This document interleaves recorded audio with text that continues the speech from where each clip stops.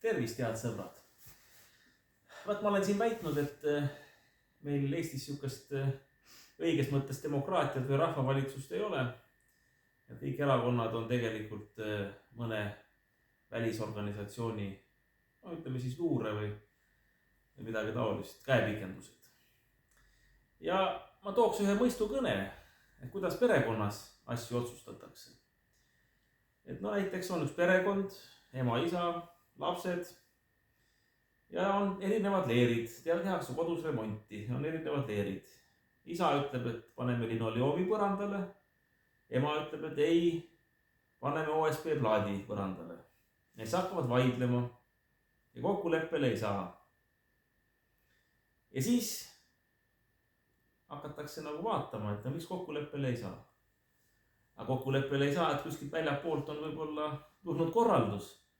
Et isale on öeldud, et linoleumi müüa, et vaata, et kui sa ikka linoleumi läbi surud, et ma annan sulle hea hinnaga nagu sealt. No linoleumi müüa on või sees. Isa ka natukene saab tagasi midagi sealt pere eelarvest, endale salaeelarvesse. Ja emale on andnud OSB plaadi müüa.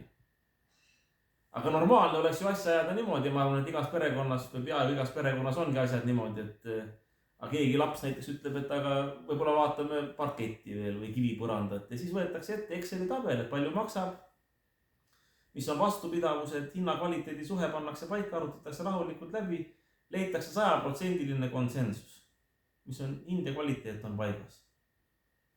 No võib-olla perekonna näite puhul halb, aga ettevõttes. Kui juhatus on 2 leeri, nii nagu meil Riigikogu on, mis ettevõtetest saaks, et kuidas me hakkame tööstustsehi või kontori põrandat tegema. Et üks juhatuse liige on linoleumi müüja poolt kinni makstud, teine on OSB müüja poolt kinni makstud, 3. on makstud parketi müüja poolt, 4. kivi müüja poolt. Tehiolusid ei vaadata, hinda ei vaadata, kvaliteeti ei vaadata, igaüks ajab oma jura ja ajab oma jura sellepärast ja kokkulepped ei tule sellepärast, et nad ei esinda mitte oma maailmavaadet või oma veendumust, olgu see veendumus siis matemaatiline veendumus või ideoloogiline veendumus, vaid nad esindavad käskusid, mis tulevad kuskilt mujalt ja nad ei saagi kokku leppida, sellepärast et isand on neile andnud korralduse jääda oma positsioonide juurde. Ja nüüd igaüks mõelgu ise, mis meie riigis on siin, milles erakonnad kokku ei saa. Mitte milleski ei saa kokku, ei riigikaitse küsimustes, ei majanduse arenduse küsimustes, ei maksude küsimustes. Ei selles, kuidas me hakkame ettevõtlust arendama, kuidas me pensionäridesse suhtume, kuidas me lastesse suhtume, kuidas me riigi järelkasvu suhtume ja nii edasi. Nii et meil ei ole tegemist mitte võitlusega või võistlusega erinevate maailmavaadete ja tõekspidamiste vahel, vaid meil on siin erinevate luurete käepikendused. Paraku nii on.